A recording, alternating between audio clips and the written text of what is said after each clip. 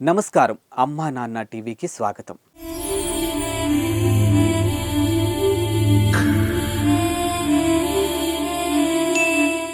తమకంటూ ఎవరూ లేని ఈ ప్రపంచంలో మత్తి స్థిమితం లేక రోడ్లపై పిచ్చి వాళ్ళలా తిరుగుతున్న వందల మంది అనాథలకు రక్షణిస్తూ పునర్జన్మ ప్రసాదిస్తుంది అమ్మా నాన్న అనాథల పుణ్యక్షేత్రం. ఒకప్పుడు ఒక్క పూట అన్నం కోసం రోజుల పాటు పస్తులుంటూ ఎండిన డొక్కలతో కాలాన్ని వెళ్లదీసిన అనాథలు ఈ రక్షణాలయానికి చేరుకున్నాక కడుపు నిండా తింటూ ప్రశాంతంగా జీవిస్తున్నారు.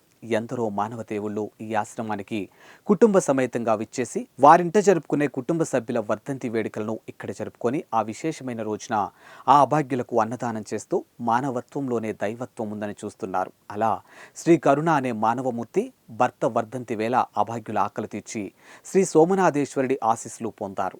చౌటుప్పల్ మండలం తంగెడపల్లి నుండి వచ్చిన శ్రీకరుణ గారు వారి కుటుంబ సభ్యులు భక్తి మార్గం సేవా మార్గంలో తరించారు. ముందుగా శ్రీ సోమనాథేశ్వరుని చెంత వారి పేరుపై కుటుంబ సభ్యుల పేర్లపై వారి గోత్రమైన సిరిశెట్ల గోత్రంపై పూజలు నిర్వహించుకొని ముక్కంటీశునికి స్వయంగా అభిషేకం చేసి భక్తి మార్గంలో తరించారు.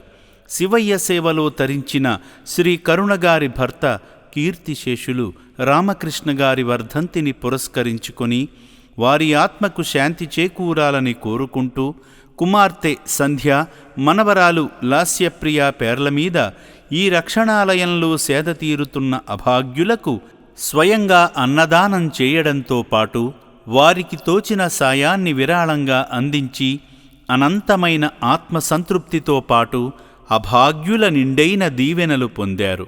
ఈ సందర్భంగా సంధ్యగారు మాట్లాడుతూ నాన్నగారి సంవత్సరీకం నాడు అభాగ్యుల ఆకలి తీర్చడం చాలా సంతోషంగా ఉందని అన్నారు. అన్ని దానాల్లోకెల్లా అన్నదానం ఉత్తమమైందని అంటారు. ఆ అన్నాన్ని అనాథలకు అభాగ్యులకు పెడితే ఆ పుణ్యం రెట్టింపు అవుతుంది. అమ్మా నాన్న అనాథల పుణ్యక్షేత్రంలో తలదాచుకుంటున్న అనాథలు మానసిక వికలాంగులు 3 పూటల సంతృప్తిగా తింటున్నారంటే మానవత్వంతో తోచినటువంటి సాయం చేస్తున్న మీలాంటి సేవామూర్తుల వలనే. పరిపూర్ణ పుణ్యఫలాలను అందించి ఈ పవిత్ర ప్రదేశానికి కుటుంబ సమేతంగా విచ్చేసి శంకరుడి దీవెనలతో మీ మనోభిష్టాలను నెరవేర్చుకోండి.